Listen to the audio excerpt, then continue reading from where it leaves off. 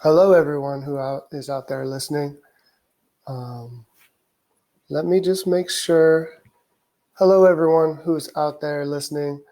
Um, I'm going to read a book to you today. I'm going to read the book Love. It's right here. And I'm going to tell you a little bit about the story. I did want to, while people are coming in, I wanted to give a little bit of a background. So, my name is Matt de la Peña, and I'm originally from San Diego. I was born in National City, and I ended up going to college in Northern California. And then I moved to New York City in Brooklyn for a long time. So I was there for 15 years, and I was always excited to come back to San Diego. And about 6 months ago or so, we moved back to San Diego, and I'm so thrilled to be here. And it's really great to work with Words Alive. So for those of you who don't know, Words Alive, you can follow them on all social media channels, and on the web, you can go to their website at wordsalive.org. So I'll repeat that at the end, but I'm thankful for Words Alive allowing me to share with you today. So I'm going to read this book, and I'm going to stop it a couple times to share secret things about the book, because one of the cool things about listening to an author read is they can tell you secret things that no one else knows. So I will do that. Okay, here we go. I'm reading a copy that is actually made out, dedicated to my daughter, Luna, who actually is here. Luna, do you want to just say hi real quick? You can come around. Don't trip on the light. And you can come see yourself on the screen and say hello. And just say how old you are and what grade you're in. I'm in kindergarten and I'm 6. 6 years old. And she just had a doctor's appointment today to measure how tall you were, right? Okay. Now you have to go back to the couch because I have to read the book. Thank you. So this book is actually dedicated to her because I visited her school with the illustrator, whose name is Lauren Long, who's a very talented illustrator. He has many books. He's famous for working with President Obama on a book. He did the Otis series. He's done The Little Engine That Could. So he's a great illustrator. So, love. In the beginning, there is light, and 2 wide-eyed figures standing near the foot of your bed, and the sound of their voices is love.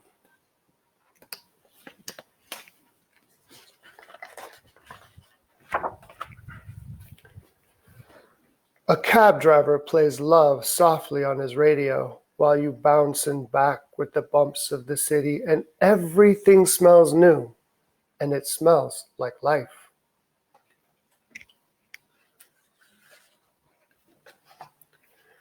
Love, too, is the smell of crashing waves and a train whistling blindly in the distance.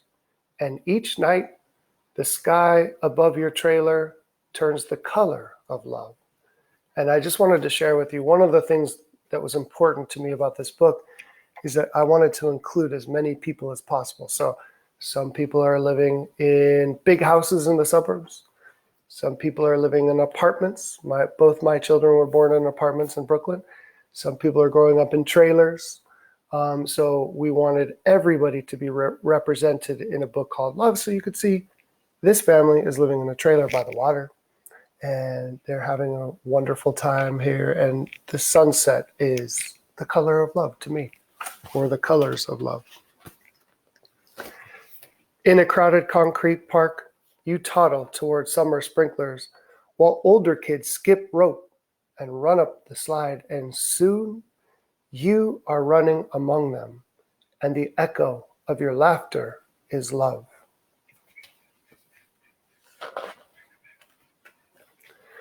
On the night the fire alarm blares, you're pulled from sleep and whisked into the street, where a quiet old lady is pointing to the sky.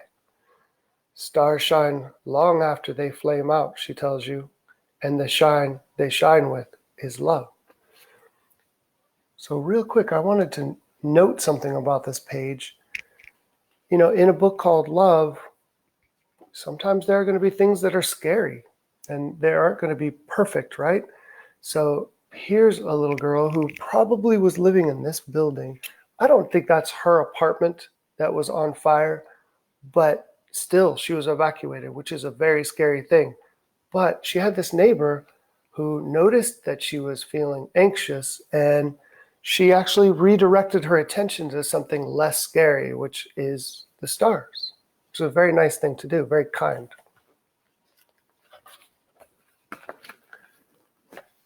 But it's not only stars that flame out, you discover. It's summers too, and friendships, and people. Now, this is kind of a little bit even scarier of a scene. You have this little boy under here, and he's listening to his parents argue, and he's feeling worried, like many of us feel when we hear our loved ones argue. But there's something I think that's important to share with you, is that even in a moment where it's scary and there are things that you're afraid of, there's still love somewhere in here, right? So if you look at this page, first thing you think about is, well, this dog is providing love and support for the little boy. Yes, Luna, do you have a question? Mm-mm. Or you have a comment? Mm-hmm. What is it? The parents still love you, but like in a different way. Yeah, so maybe the parents obviously still love this boy, but they're just having a tough time with each other at that moment. And sometimes a person in this position might start to feel like, oh, I wonder if I did something wrong. But this happens in every family, in every state, in every country. Sometimes there's conflict, and hopefully you can recognize that things will get better. Yes, Lynn, you have one more comment? That's a piano, and that's a TikTok thing to keep the beat. Yes, you're right. This is called a metronome. And you can see it's on. I saw it before. Yeah. Because Miss Alex, our music teacher, has it. That's great. Okay. One day, you find your family nervously huddled around the TV. But when you ask what happened, they answer with silence and shift between you and the screen. Now, this is scary because something has happened on the news, and this little girl is not even allowed to see what it is because the family thinks it's too scary for her. And that makes her feel like it could be anything. And that makes her feel very, very scared, which leads directly to this dream sequence. In your dream that night, you are searching for a love that seems lost.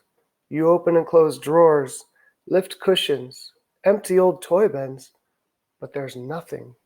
So the little girl, and by the way, every character is a different character, but it's kind of a collective American experience. So this girl wakes up or falls asleep, and she has this really kind of bad dream, like maybe I don't understand love. And what are dreams if they're not just a collection of the things that we've experienced consciously or unconsciously in our waking lives, right? So do you see this whale? Here's a secret. This whale is actually in the very first spread of the entire book. Do you see that? On the lampshade. And if you look behind the words here, you see that burning building? That's a reference to a scene right here, right, where she got evacuated. But to me, this is an important page. You wake with a start in the arms of a loved one who bends to your ear and whispers, "It's okay. It's okay. It's love."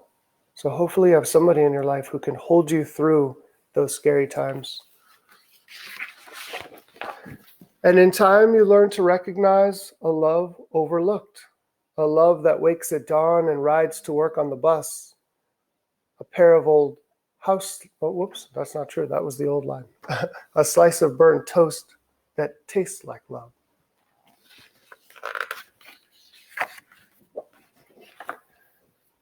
And it's love in each deep crease of your grandfather's face as he lowers himself onto an overturned bucket to fish. And I want you to pay attention to the child in each picture now. The child from this point on is always looking to try to find the love in a situation, which I think would be a cool challenge for you, to look around at the world and see what to you is love. And it's love in the rustling leaves of gnarled trees lined behind the flower fields. And it's love in the made-up stories your uncles tell in the backyard between wild horseshoe throws. And the man in rags outside the subway station plays love notes that lift into the sky like tiny beacons of light.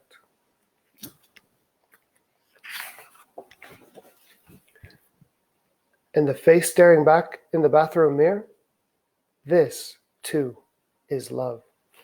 To me, this is the most important moment in the whole book, because I don't think you can go out into the world and do anything special until you can first look in the mirror and see love staring back. And so here's a child looking in the mirror. So when the time comes for you to set off on your own, heavy winds will sweep past your building and great gray clouds will congregate above. Your loved ones will stand there like puddles beneath your umbrellas, holding you tight and kissing you and wishing you luck. But it won't be luck you'll leave with, because you'll have love. You'll have love, love, love. And I just wanted to, before I say goodbye, I wanted to go back to this page. So look at this picture here.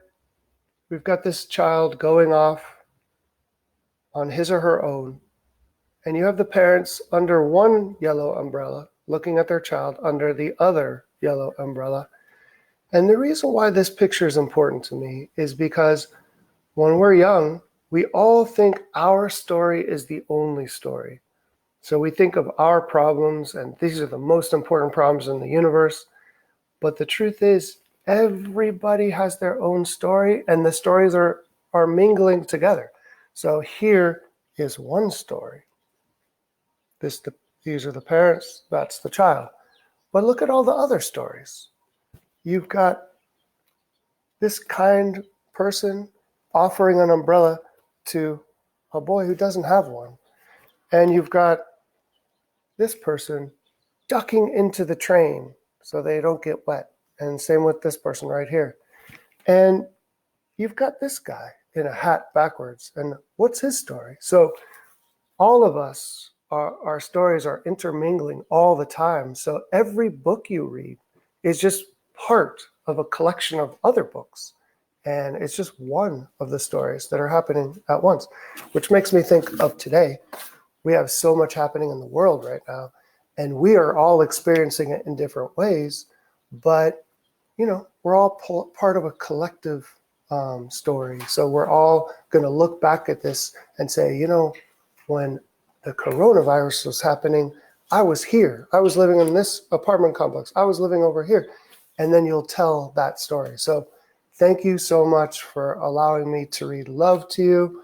I hope you all stay strong and continue to try to learn on your own. Luna, would you like to say goodbye to everyone? I feel like it would be nice, right? Show them what you're reading.